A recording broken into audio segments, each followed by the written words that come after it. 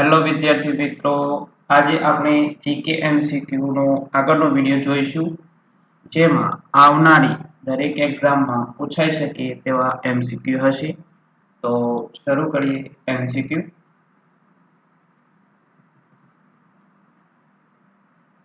જેમાં પ્રથમ પ્રશ્ન છે, પૃથ્વી પર કેટલા આવરણ આવેલા છે? તો એનો જવાબ થશે 4. આગળનો પ્રશ્ન જોઈએ. પૃથ્વીની સપાટી પરથી વાતાવરણ કેટલા સુધી ફેલાયેલું છે? તો એનો જવાબ થશે 800 કિલોમીટરથી 1000 કિલોમીટર સુધી ફેલાયેલું છે. આગળનો પ્રશ્ન જોઈએ. વાતાવરણમાં કાર્બન ડાયોક્સાઇડનું પ્રમાણ કેટલું છે? તો એનો જવાબ થશે 0.04%.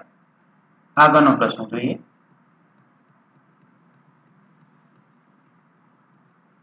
માસ્ક વાયુ તરીકે કયો વાયુ ઓળખાય છે? તો એનો જવાબ થશે મિથેન. આગળનો પ્રશ્ન જોઈએ.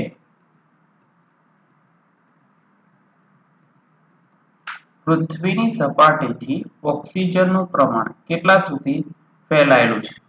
તો પૃથ્વી સપાટીથી 110 કિલોમીટર સુધી ઓક્સિજનનું પ્રમાણ જોવા મળે છે. આગળનો પ્રશ્ન જોઈએ. કયા વાયુ સૌથી વધુ ઊંચાઈએ જોવા મળે છે? તો એનો જવાબ થશે હિલિયમ અને હાઇડ્રોજન. કેમ કે આ બંને વાયુઓ હલકા વાયુઓ છે, તેથી સૌથી વધુ ઊંચાઈ સુધી જોવા મળે છે. આગળનો પ્રશ્ન જોઈએ.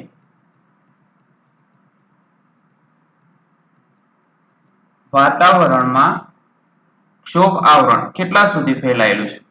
તો એનો જવાબ થશે 0 થી 20 કિલોમીટર સુધી ફેલાયેલું છે. આગળનો પ્રશ્ન જોઈએ.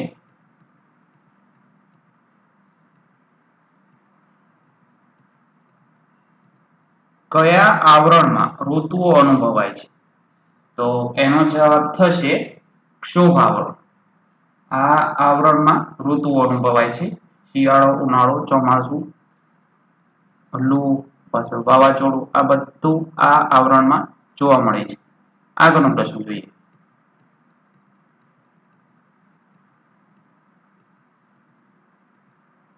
કયા આવરણમાં જેટ વિમાન ઉડી શકે છે? તો એનો જવાબ થશે સમતાપ આવરણ. આગળનો પ્રશ્ન જોઈએ. કયા આવરણમાં ઓઝોન સ્તર આવેલું છે?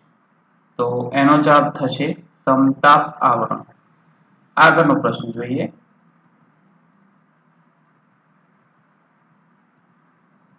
ઓઝોન સ્તર કેટલા કિલોમીટરમાં વિસ્તરાયેલું છે? તો એનો જવાબ થશે 32 કિલોમીટરથી 48 કિલોમીટર, અને આમ જોવા જઈએ તો 16 કિલોમીટર સુધી વિસ્તરેલું છે. આગળનો પ્રશ્ન જોઈએ.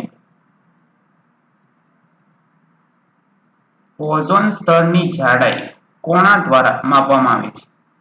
તો એનો જવાબ થશે ડોબ્સન, જે ઓઝોન સ્તરની જાડાઈ માપવા માટે માપન તરીકે થાય. આગળનો પ્રશ્ન જોઈએ. ઓઝોન સ્તરનું કાર્ય શું છે? તો એનો જવાબ થશે યુવી એટલે કે પારજાંબલી કિરણોથી રક્ષણ કરવાનું. આગળનો પ્રશ્ન જોઈએ.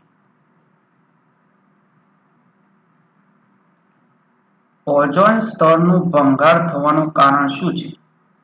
તો એનો જવાબ થશે સીએફસી જેવા વાયુ, અને આ સીએફસી જેવા વાયુ ફ્રીજ અને રેફ્રિજરેટર જેવામાં જોવા મળે છે. આગળનો પ્રશ્ન જોઈએ.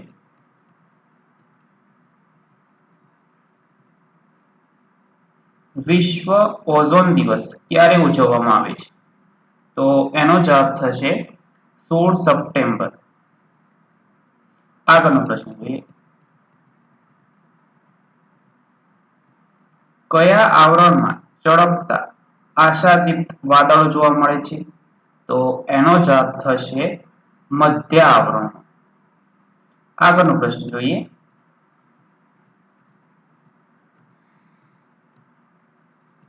મધ્ય આવરણ ક્યાં સુધી ફેલાયેલું છે?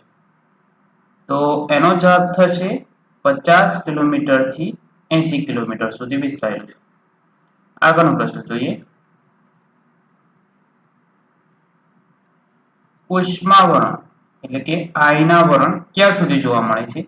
તો એનો જવાબ થશે 80 કિલોમીટરથી 350 કિલોમીટર સુધી જોવા મળે છે. આગળનો પ્રશ્ન જોઈએ.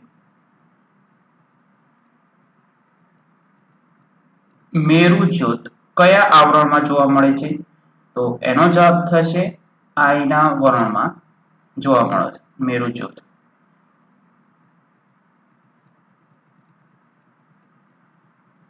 Thank you.